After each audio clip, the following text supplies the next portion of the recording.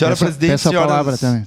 E senhores vereadores, e aqui saúde especial aos motoristas de aplicativos que estão aqui presentes e demais participantes desta sessão plenária, e a quem nos assiste pela TV Câmara Canal 16 e redes sociais. Para nós, quando nós fomos procurados para desenvolver essa moção, prontamente nós aceitamos, porque a gente sabe da facilidade que o usuário, as pessoas, os trabalhadores como um todo, em especial os caxienses, têm para utilizar o seu celular e chamar um aplicativo, chamar um motorista de aplicativo, para que consiga, de maneira mais rápida, ágil e de maneira mais confortável, conseguir se deslocar até o seu trabalho, até seu espaço de lazer, até, enfim, a todos os 4 cantos de nossa cidade e até mesmo fora de nossa cidade.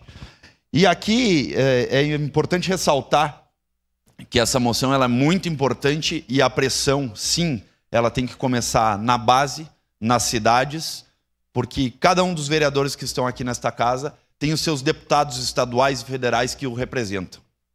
Então essa pressão parte daqui de nós para pressionar para quem nós apoiamos, nós votamos, vocês votaram, e que a gente consiga reverter essa situação que o governo federal está propondo.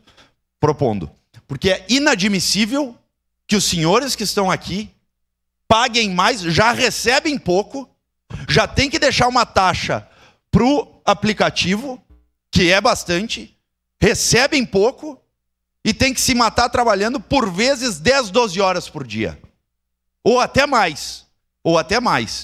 Então, assim, é inadmissível que o governo federal queira fazer essa proposta em específico com esse número absurdo, essa porcentagem absurda que vai onerar e muito os motoristas de aplicativo, as empresas dos aplicativos e principalmente, não somente os motoristas, mas como os usuários. Vereador Zanquim, o senhor que é economista entende muito bem disso, tem mais propriedade do que eu para falar, muito mais os usuários que vão utilizar os aplicativos.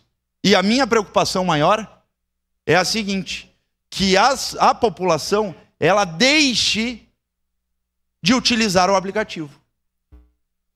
E aí onera consideravelmente o bolso do trabalhador, do motorista que diuturnamente trabalha em nosso município. Então, quero aqui deixar o meu total repúdio, por isso o motivo dessa moção de contrariedade, e obviamente conto com os nobres pares para que se vote a favor da moção de contrariedade e que a gente consiga pressionar nossos parlamentares a nível estadual também, mas principalmente os parlamentares a nível federal. Obrigado pela presença de todos aqui e contem com o nosso apoio. Obrigado, presidente.